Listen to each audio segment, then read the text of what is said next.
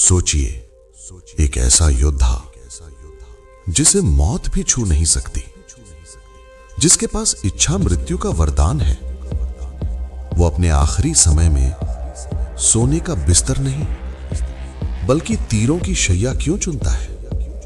क्या यह केवल युद्ध का परिणाम था या फिर एक ऐसा पाप जिसे धोने के लिए खून और दर्द ही जरूरी था? महान योद्धा, लेकिन एक गलती। भीष्म पितामह, जिन्हें दुनिया धर्म, त्याग और शक्ति का प्रतीक मानती है, उन्होंने अपने पिता के लिए आजीवन ब्रह्मचर्य का व्रत लिया, राज्य त्याग दिया और हस्तिनापुर की रक्षा के लिए खुद को समर्पित कर दिया। लेकिन इतिहास में उनका नाम एक और कारण से दर्ज है। द्रौपदी के चीर हरण के समय उनका मौन। सबसे बड़ा अपराध मौन। सभा में एक स्त्री का अपमान हो रहा था। राजा, गुरु, योद्धा सब मौजूद थे और उनमें सबसे शक्तिशाली थे भीष्म। वो चाहते तो एक शब्द में सब रोक सकते थे, लेकिन उन्होंने क्या किया? मौन।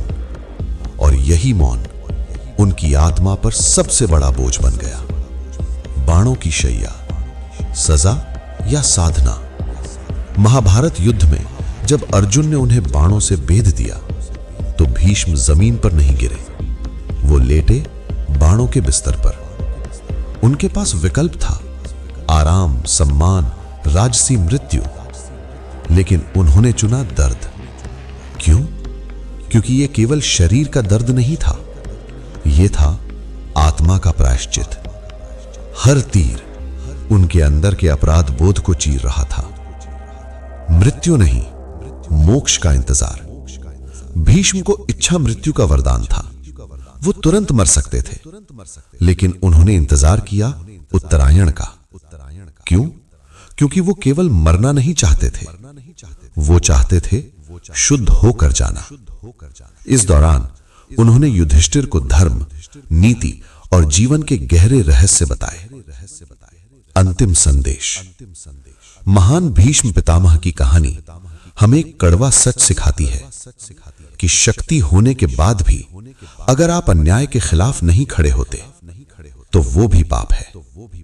मौन भी अपराध बन सकता है, और शायद इसी अपराध को धोने के लिए एक महान योद्धा ने चुना बाणों की शैया।